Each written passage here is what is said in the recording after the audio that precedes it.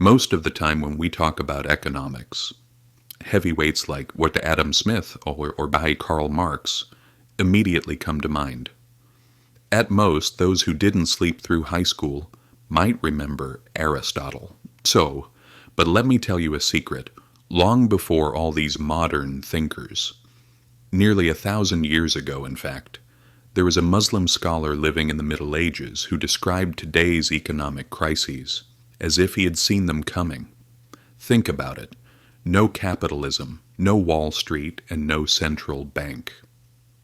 The year is around 1100 CE. While Europe is in ruins, the Islamic world stretches from Spain to Persia, swimming in wealth. It was a very wealthy and cultured geography. Baghdad, Damascus, Cairo. These were the heart of science, money, and trade back then. And money was circulating so fast that society was struggling to keep up.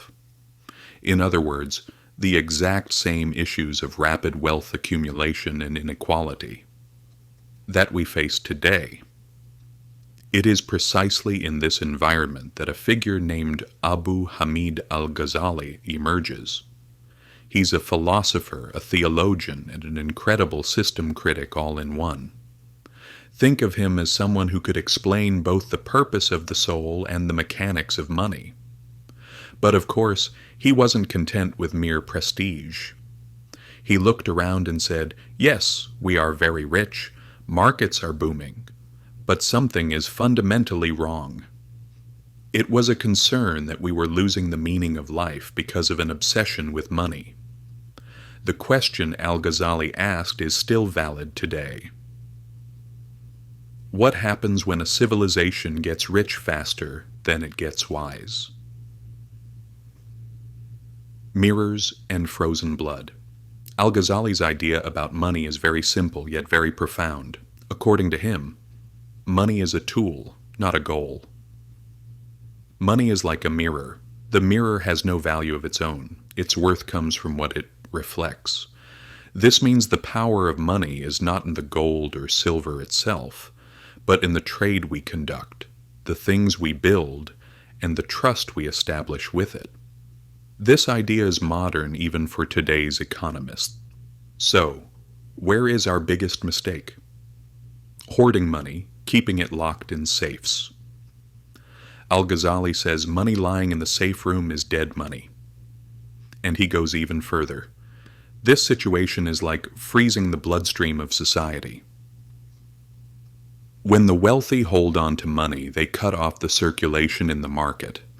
This doesn't create a scarcity of resources, but a scarcity of circulation. Prices start acting crazy, and people suffer. This is the 11th century summary of today's debates on inequality and wealth stashed away.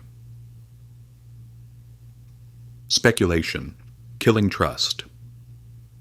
Another harsh criticism of his was directed at speculation. He had no patience for merchants who tried to profit from a crisis by manipulating prices and creating artificial shortages. For them, this wasn't clever strategy, but outright moral corruption. He says, whoever profits from the suffering of others profits from corruption. If he saw today's financial bubbles, chi profiteering, chi and usury disco, he wouldn't be surprised at all. Al-Ghazali was not anti-profit. On the contrary, he valued and respected trade and work greatly. But the profit had to come from an honest path. Because for him the foundation of markets is always trust. When trust is shaken, the cost of trade increases and the system collapses. In today's jargon, we call this transaction costs, or Mikey's information asymmetry. But he explained it based on morality and trust. The state's betrayal. Debasing currency is theft. Al-Ghazali's most striking observation was about state control of currency. In that era, rulers would start adding less valuable metals to gold coins to balance their budgets, debasement, thereby lowering the value of the currency. That is, a secret tax, a hidden inflation. Al-Ghazali sharply criticized this. Debasing currency is theft.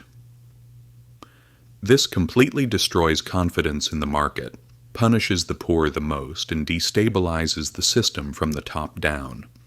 The ruler's duty is to protect the market, not manipulate it for short-term gain.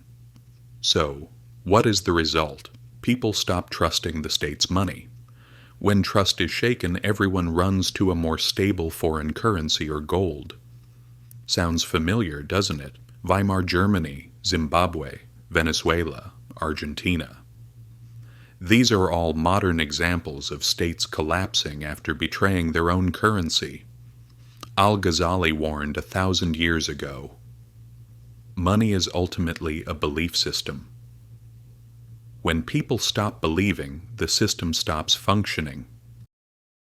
Conclusion: morality, not money, collapses. Al-Ghazali's main point is crystal clear. Economic collapses don't happen because we run out of money in the safe. They happen because people in the system stop trusting each other. When wrong behaviors are rewarded, when greed and fear are incentivized, and when institutions fail to uphold honesty, the collapse is inevitable. Where justice is lost, prosperity cannot remain. We look at today's world: speculative crises, rising inequality, loss of trust in institutions. Al-Ghazali would probably say, "I told you so." Because even though technology changes, human nature remains the same. People's emotions, fears, and greed are more critical than abstract economic formulas. This is not a financial equation. It is a lesson in a moral ecosystem. If money becomes detached from the moral compass, the system will break. Keep this knowledge in your pocket, because history doesn't repeat itself, but if you don't understand it, it will crush you all the same.